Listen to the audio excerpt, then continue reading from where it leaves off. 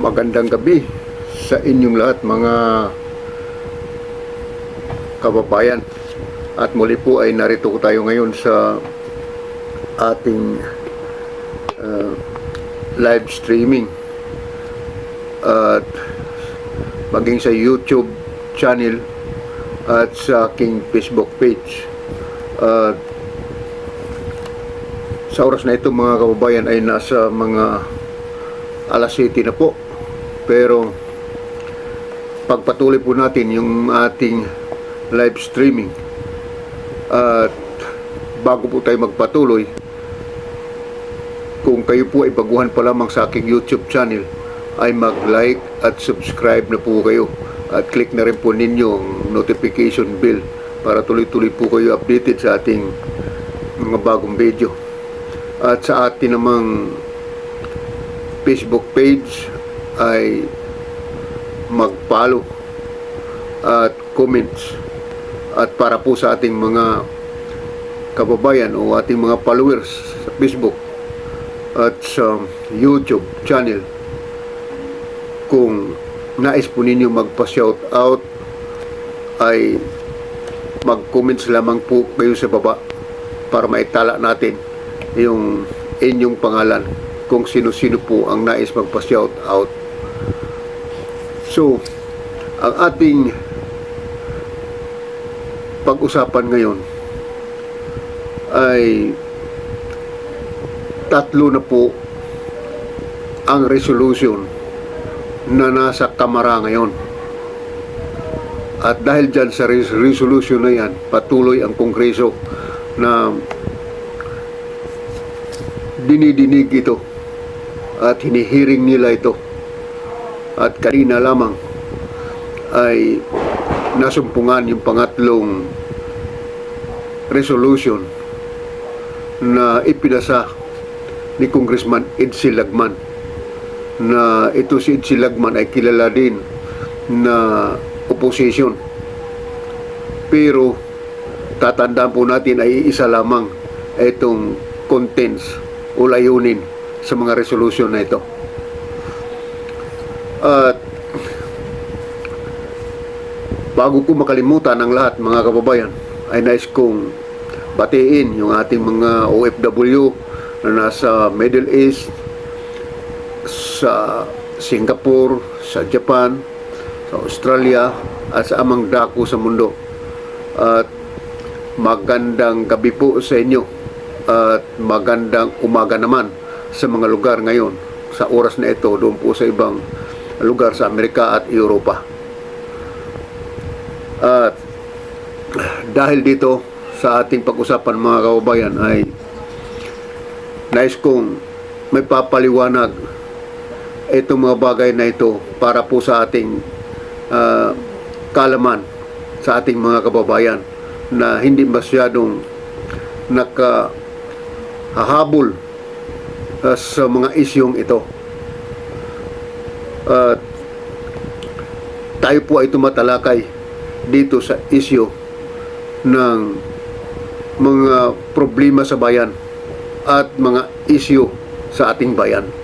Ngayon ay marami pong problema yung ating bayan. Una dyan, yung West Philippine Sea, yung agawan sa teritoryo dyan. At itong issue ngayon, dyan po sa ICC, na lumalala ng lumalala dahil nga ito ay dinidinig ngayon dyan sa Kongreso. At sa pagtalakay kanina lamang sa Kongreso ay nagsalita itong si Congressman Edsel Lagman na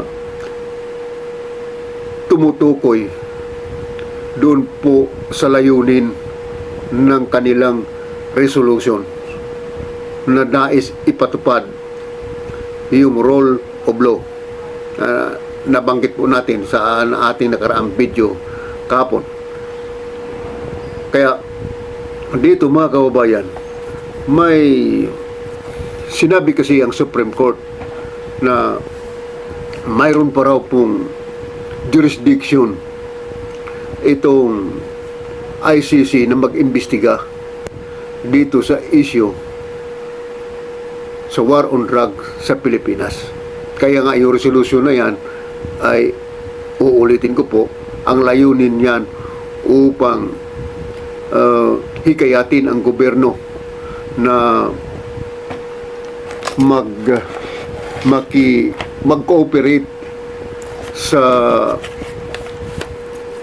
nasabing investigasyon dito po sa war on drug sa Pilipinas sa mga nakalipas na administrasyon. Kaya po tumitindi ang usapin nito sapagkat tumitindi at umiinit dahil nga birong ba naman na itong ating dating Pangulo ay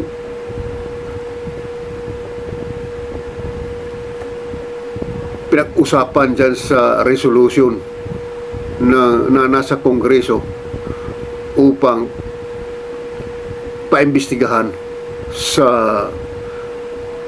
International Criminal Court. Kaya dito malaki problema ito sa mga Duterte, pero wala po tayong magagawa kasi yan po yung trabaho ng Kongreso.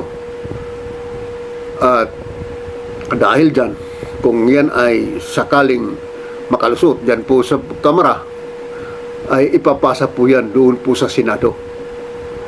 Ang Senado ang mag-approve niyan, final, kung i-approve sa Senado. Pero itong si Senator Amy Marcos, nung napanood ko yung kanyang interview kanina lamang, mga kababayan, ay nanindigan na kahit ano daw pong mangyari ay Duterte pa rin daw po siya, na tila baga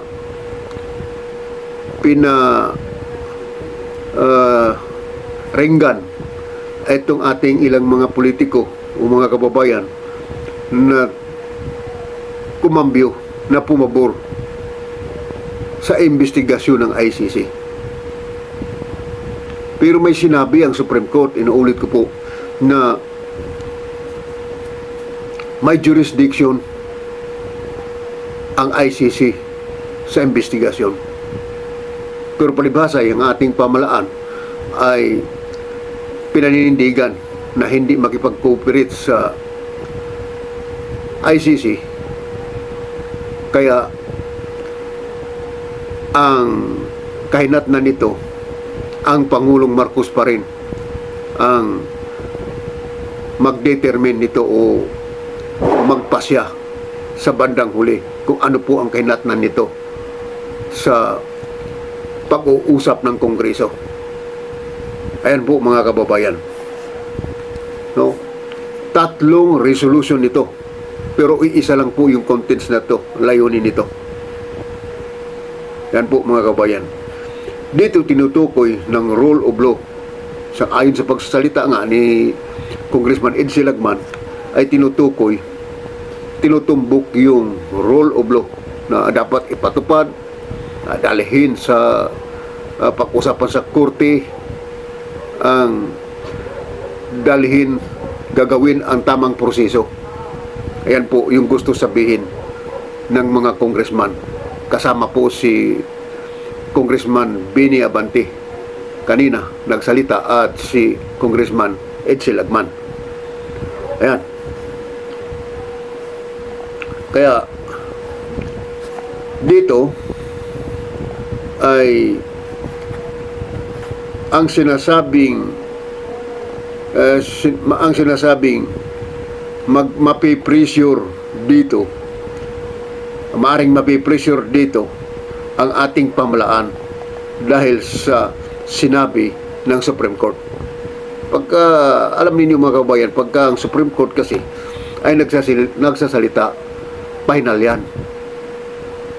Wala na pong ibang pinakamataas na korte sa ating bansa maliban sa Supreme Court. Final yan. Kung ipatupad ang rule of law. Yan. Isa sa naging problema dito sa mga Duterte, mga kabayan, ay ang complainant dito po sa isyong ito, tatandaan po natin, ay hindi po dayuhan, kapwa po Pilipino ang complainants dito. Ang ICC naman po mga kababayan ay hindi po nakikialam yan sa issue ng ating bayan at lalo sa ating gobyerno. Pero palibhasa ay may complainants pagdating po sa issue ng human rights violation, pakikinggan nila yun. Kaya nga nung mga nakaraang taon ay hiniling nila na mag-imbestiga rito. Pero hindi pumayag yung ating gobyerno. Ay dahil nga dyan, na kapwa Pilipino yung complainants dito, ibig sabihin, inimbitahan yung ICC, kaya yung purpose ng 3 resolution ay mapagtibay sa Kongreso para kung mapagtibay na ay itong ating gobyerno ay tatawagin sa Kongreso at aalamin kung ano ang kanilang posisyon, kung ano ang kanilang sasabihin pagdating po sa isyong ito mga kababayan. Yan ang isa sa tandaan natin na hindi po dayuhan ang complainants. Pilipino din po. Kaya natin ito ipinaliliwanag dahil nga sinasabi ko na kanina na hindi po lahat ng ating mga kababayan na nakaunawa sa isyong ito. Magmula nang lumabas itong issue ng ICC, ito po ay pinag-aaralan natin. Inaaral ko itong isyong ito kung totoo nga ba at may batayan ba kung ano po ang mga posibleng mangyayari. Pero ngayon ay nais na pagtibayin sa Kongreso ito ay nasa ating pamalaan, sa ating Pangulo na magpasya nito. Pero didinggin ito sa Kongreso, magbigay ng representative ang DOJ, Foreign Affairs, at yung isa pang tanggapan, yung Department of Justice. Ayan. Kaya sa sinasabi ni Senator Amy Marcos ay talagang nanindigan siya kahit ano daw pong mangyari, inuulit ko po, ay Duterte siya. Ito nga ang tanong, paano nga kung babatayan sa ating Congress itong sinabi ng Supreme Court? Di ba? Ang sabi nga ni Senator Amy, parang nakakahiya daw ang mga Pilipino. Yan po ay bahagi ng kanyang pagsalita kaya na doon po sa pagsagot niya doon po sa kanyang interview. Pero wala po tayong magagawa, karapatan niya yun na magpaliwanag doon po sa kanyang interview sa kanina sa media. At karapatan niya yun. No? Pero itong ginagawa ng Kongreso ay karapatan nila yan. At ang matindi nito ay bumabatay sila doon mismo sa desisyon ng Supreme Court. Yung Supreme Court, mga kababayan, ay under po ng judiciary yan. Nabanggit ko kagabi sa inyo na mayroon tayong branches, 3 branches ng ating pamahalaan: executive, legislative, at judiciary. Yan po yun. Walang pakialam ang executive sa pagkapasyahan ng korte. At wala rin pakialam ang Congress sa ginagawa ng korte. At ganun din yung Supreme Court o Legislative ay walang pakialam sa gawain ng Congress. Pero ang Supreme Court ay nagbibigay ng sariling kapasyahan nila. Pagka nagpasya ang Supreme Court, final yon. Ayun, mga kababayan. No? Kaya karapatan ng mga congressman at mga senador kung ano ang kanilang ninanais. Si Senator Amy Marcos ay nagpahayag lamang, karapatan din niya po yun, na sinasabi niya talaga at nanindigan siya kahit anong mangyari ay Duterte siya. Yan, mga kababayan. Anong masasabi po ninyo dito sa usaping ito? Mag-comments po kayo, malaya po kayong magsalita dyan kung ano po ang inyong saloobin. Okay, punta tayo dito sa West Philippine Sea. Dito pong issue sa West Philippine Sea, mga kababayan, ay matagal na ito na hindi tayo tinantanan ng China. At kasalukuyan, mayroon po tayong 3 araw itong joint US Philippine Patrol dyan po sa West Philippine Sea, na kung saan dyan po ginagawa ito. Pero ang China at lalo sa mga barko ng China ay nariyan pa rin po. Kaya yung isyong ito ngayon ay tumataas ng tumataas, na sa halip na ito ay yung ating tututukan, dahil nga dito sa issue na agawan ng teritoryo dyan ay malinaw na atin na exclusive economic zone yan. Pero nakapagtataka na itong ilan sa ating mga kababayan, pagdating sa issue ng agawan ng teritoryo o sa problema ng ating bansa, ito, problema ng bansa kasi ito mga kilalang abogado, mga politiko, hindi naninindigan pagdating sa agawan ng teritoryo sa mga problemang ito sa ating bansa. Hati. Isipin mo, mayroon tayong senador na pabor sa China. Mayroon tayong mga abogado pabor sa China. Bakit ganyan? Dapat, kung gusto natin na mag-successful sa ating ipinaglalaban, sa ating depensa, magmula dyan sa militar, pulis at ano pamang sangay ng ating pamalaan at mga pribadong mamamayan, ay dapat nagkaisa tayo pagdating sa issue o problema ng ating bansa. Tingnan po ninyo yung Israel. Yung Israel. Napakaliit pa, maliit pa sa atin ang bansang Israel. Pero walang tigil ang gera dyan. Magmula pa sa panahon ng Biblia, tuloy-tuloy na po yung gera dyan. Yung talaga nilang kalaban ay itong mga Palestino.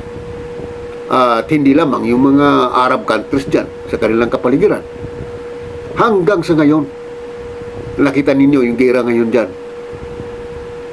Bagamat ang Israel ay mayroong mga political party dyan pagdating po sa eleksyon.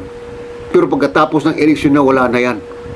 Pero nakita ninyo, yung dating Prime Minister ng Israel, nung dumating ang gira ng Hamas at saka Israel, sumama, nag-volunteer siya sapagkat siya ay military reserve.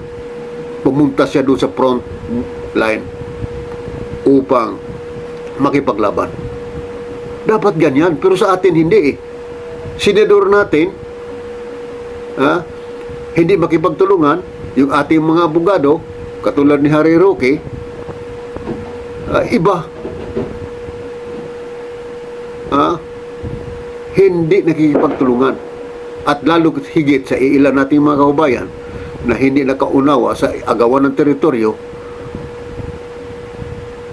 ay mahalaga na dapat magkaisa tayo upang lalong tumibay yung ating dipinsa dyan po sa agawan ng teritoryo. Pagdating sa problema na ganyan, maging katulad tayo sa Israel, iwanan ang politika, magkaisa sa isang layunin. Yan po yun eh. Yan ang problema na kaiba sa lahat na talagang only in the Philippines ito. Sa ibang bansa, hindi ganun. Ayan mga kababayan, pasamantalang hanggang dito lang muna yung ating video.